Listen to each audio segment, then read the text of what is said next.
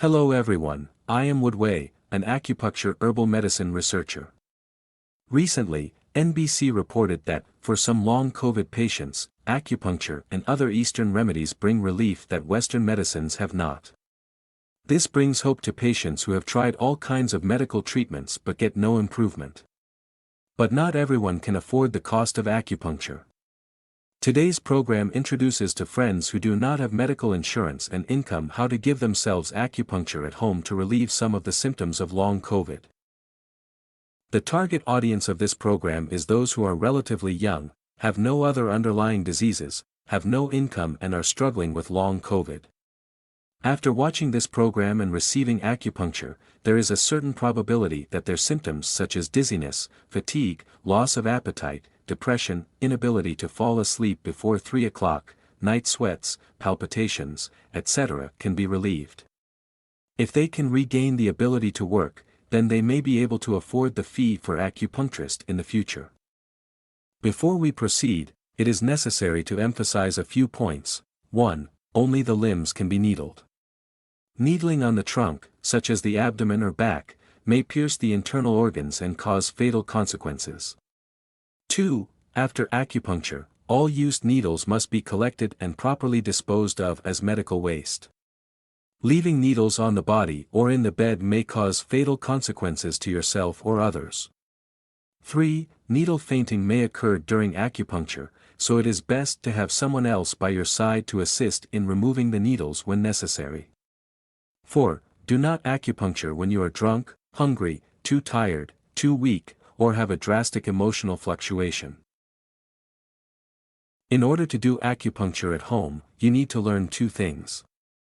The first one is how to insert a needle. The second one is where to insert the needles. Now let's start from the first one, how to insert a needle. First disinfect the skin, then remove the fixing piece in the acupuncture needle tube, and then put the tube and needle on your skin, press at the end of the needle, and the needle will penetrate the skin. As long as you press fast enough, there is basically no pain. What if there is no family member to help you insert the needle, and you are very afraid of needles and dare not do it yourself? You can find something to bite, such as the metal sheet of a mobile phone charger, and then move the charger till it's on the needle. Hold on, till you can't hold anymore, the charger will fall on the needle, that's all. This process will be quick and you will not feel any pain. After the needle is inserted, you can slowly twist the needle to insert it deeper. If you feel pain when the needle touches blood vessels or nerves, you can pull the needle out a little bit, change the direction and insert it again. Move on till the needle reaches the specified depth. Note that the depth specified is different for each acupoint. Also note that the length and depth unit used in acupuncture is cui. The length of one cui is different for different people. Generally, the distance between the 2 ends of the transverse crease of the middle section of the middle finger is used as 1 cui.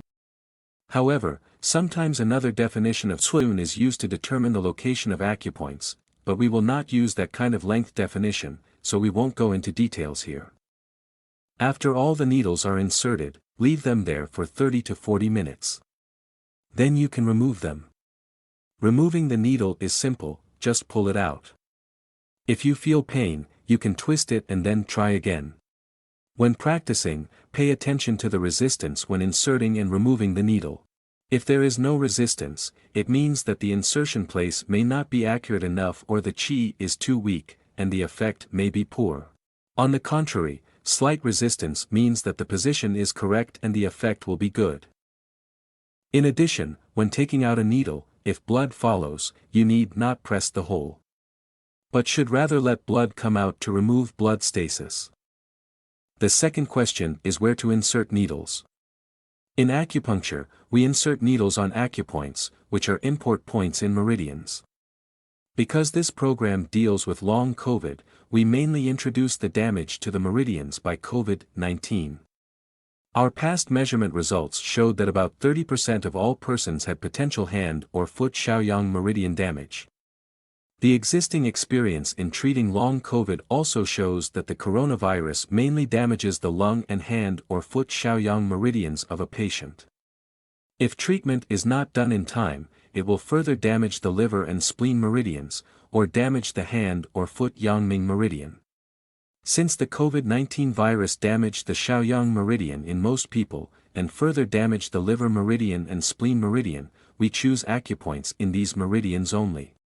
The acupoints we selected include TH2, TH3, GB31, GB41, GB43, LR2, LR3, LR9, SP3, SP6, SP10.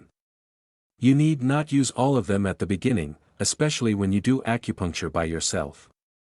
3 to 5 acupoints may be a good beginning. We recommend starting with TH2, TH3, GB43, LR2, and LR3. You can even start with 3 acupoints on the feet, that is, GB43, LR2, and LR3. Of course, if you choose fewer acupoints, the effect will not be obvious, but it will bring some change. In fact, we have carried out an experiment last year, and the experiment showed that for a patient whose meridian has been hurt recently, acupuncture at 2 acupoints is enough to dredge the Shaoyang meridian. Let's use GB43, LR2, and LR3 as examples to show the locations, needle insertion angles, and depths of these acupoints. GB43 is located between the 4th and 5th toes. LR2 is located between the big toe and the second toe. When needling, insert the needle at a 45-degree angle to depths of 0.3 and 0.5 cm, respectively. LR3 is positioned 1.5 cm away from LR2. Avoid blood vessels and insert the needle perpendicularly to a depth of 0.5 cm.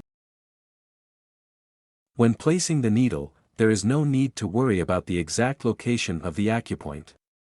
Deviations of 2 to 3 mm, or larger distance, are acceptable. Of course, it is more effective when you can pierce at the exact acupoint location, but it is also useful when the needle is placed near it. For other acupoints, you can find related videos and books on the internet to learn by yourself. In addition, you can also press other acupoints on the meridians previously mentioned. If you find painful when pressing an acupoint, the acupoint should also be used. Here are some other important tips. Finally, if you have any questions or needs, contact me at any time. You can also use the link on my Facebook homepage to join our group discussion. I wish you all a speedy recovery.